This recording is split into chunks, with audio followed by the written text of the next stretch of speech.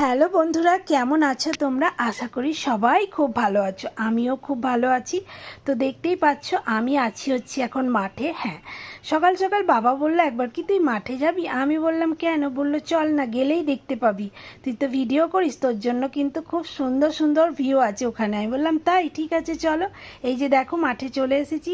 ও মা, আসার পর দেখি এখানে এই হলো সেই দৃশ্য, মানে আমি তো দেখে জাস্ট অনেক অনেক খুশি হয়ে গেছি। বাবাকে বললাম বাবা অনেক অনেক সুন্দর লাগছে দেখতে। বললো এই জন্যই তো তোকে বললাম তুই চল, গেলে ওখানে তোর খুব ভালো লাগবে।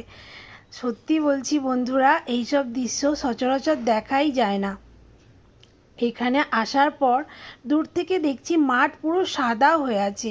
তা আমি দূর থেকে বুঝতে না পেরে বাবাকে বললাম মাঠগুলো এত সাদা সাদা লাগছে কেন দূর থেকে? বাবা বলল কাছে চল, গেলে দেখতে পাবি। এই যে দেখো, কাছে আসার পর এই বকগুলো পুরো জমি ভর্তি বসেছিল। তারপর এখানে এখানে আসার পর আমার ভাইপো হাততালি দিয়ে, আর বাবা একটা সাইড দিয়ে হাততালি দিয়ে যখন বকগুলোকে ওড়াচ্ছিল না, কী যে সুন্দর লাগছিল আমি তোমাদের বলে বোঝাতে পারবো না। খুব সুন্দর লাগছিল। তো তোমাদের সাথে সেইটুকুই শেয়ার করলাম। জানি তোমাদের ভিডিওটা ভালো লাগবে। তো প্লিজ একটা কমেন্ট আর একটা শেয়ার করে দিও। চলো টাটা।